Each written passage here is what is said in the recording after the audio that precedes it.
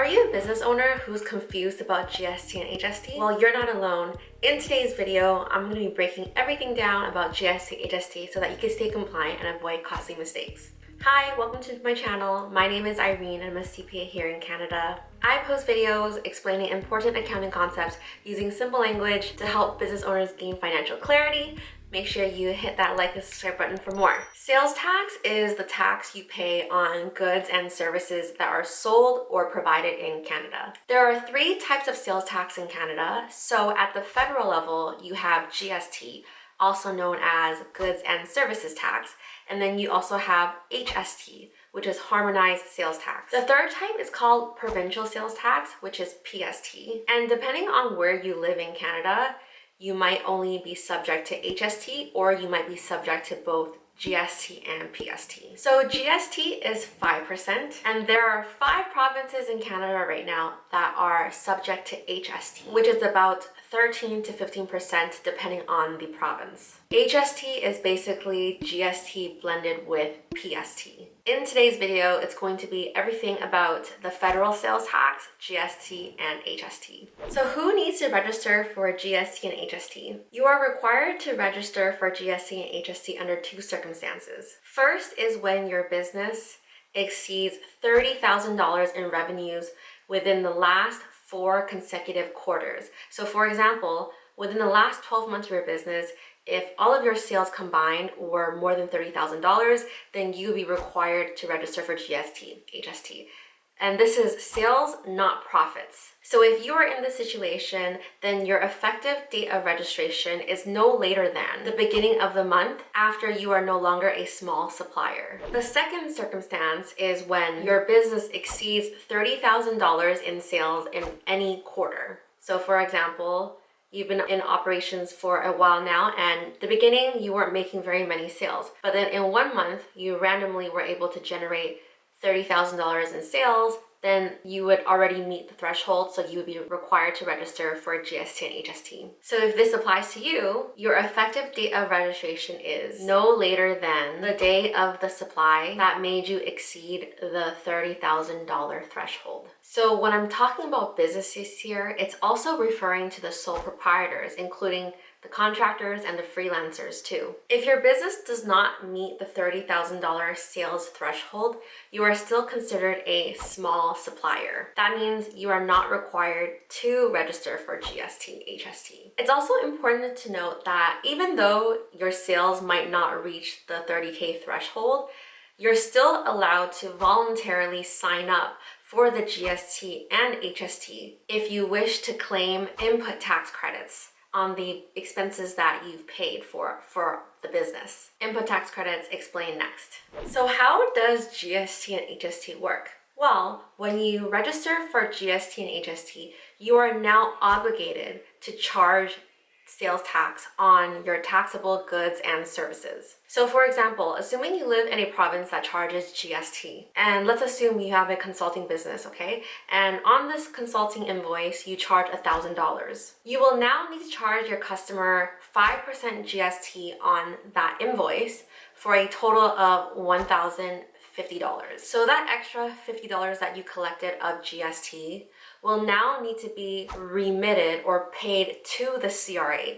And that $50 is not meant for you to keep as the business owner. The government recognizes that you as a business owner, you also pay GST on business expenses. Therefore, the business is allowed to claim input tax credits, ITCs, to help offset the GST and HST that needs to be paid to the CRA. So for example, you buy and attend a workshop to help your consulting business. The cost of the workshop is $200 and the workshop provider charges you GST 5% on that. So your total expense on that was $210. $10 being GST that was charged. Putting the 2 pieces together now, in the earlier example, you collected $50 of GST on your consulting sales. And now you've paid $10 of GST on that workshop that you attended. So now you take the $50 and you minus the $10, Now your GST payable to the CRA is only $40. The input tax credits, the ITCs, help reduce the overall net GST, HST payable to the CRA. It is important to note that not all expenses are eligible for ITCs. And also, businesses must have proof in order to claim the ITCs. So for example, invoices, receipts, and bills to claim the ITC in case CRA comes asking for the receipts to substantiate your claims. The CRA website has detailed examples of what expenses are eligible and how you can claim them. When it comes to GST and HST, not all goods and services are treated the same. There are three main types of supplies, first being taxable supplies, second being zero-rated supplies, and third being exempt supplies. Taxable supplies are subject to the full GST or HST rate.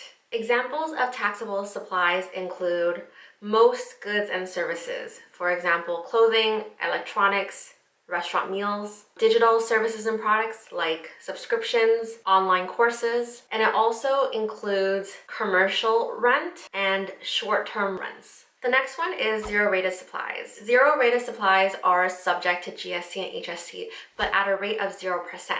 Some examples of zero-rated supplies include basic groceries like bread and milk, prescription drugs, medical devices, exported goods and services. If you sell zero-rated supplies, you can claim GST ITCs on purchases acquired to help you make that zero-rated supplies. But you wouldn't charge GST or HST to the customer when they buy your zero-rated supplies. Exempt supplies are not subject to GST and HST. Examples of exempt supplies include most financial services like banking and insurance, long-term residential rent, some healthcare services. If you are a supplier of exempt supplies, then you will not be able to claim any GST ITCs, input tax credits, because your sales are already exempt. It's important to understand which category your goods and services fall into so that you can claim the correct GST ITCs and charge the correct GST and HST. So how do you register for GST and HST? Well, it's pretty straightforward. First, you will need a CRA business number. Even if you are a sole proprietor, you're still going to need to register for a CRA business number first. Once you get that, then you can open up a GST HST account.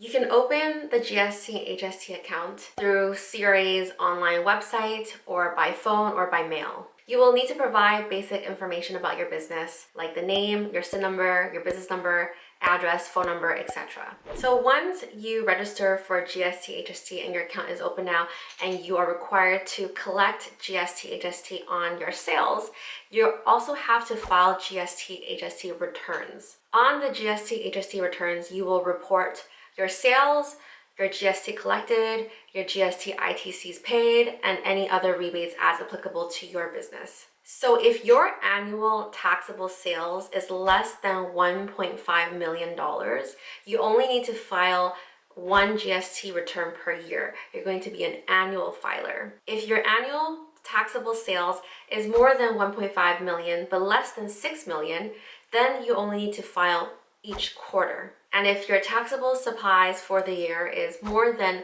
$6 million, then you will need to file a GST HST return every single month. It's really important to be on top of your GST and HST filing deadlines because you don't want to miss those, the filing as well as the payment deadlines, because that CRA can impose penalties on you. I'll link in the description box below the CRA website, which they will outline the filing deadlines and with examples. In this video, I'll highlight for the sole proprietors, the individuals who need to collect GST and HST. So if you are a sole proprietor, your tax year ends on December 31st. Your GST filing deadline is June 15th, which is the same as your personal tax filing deadline.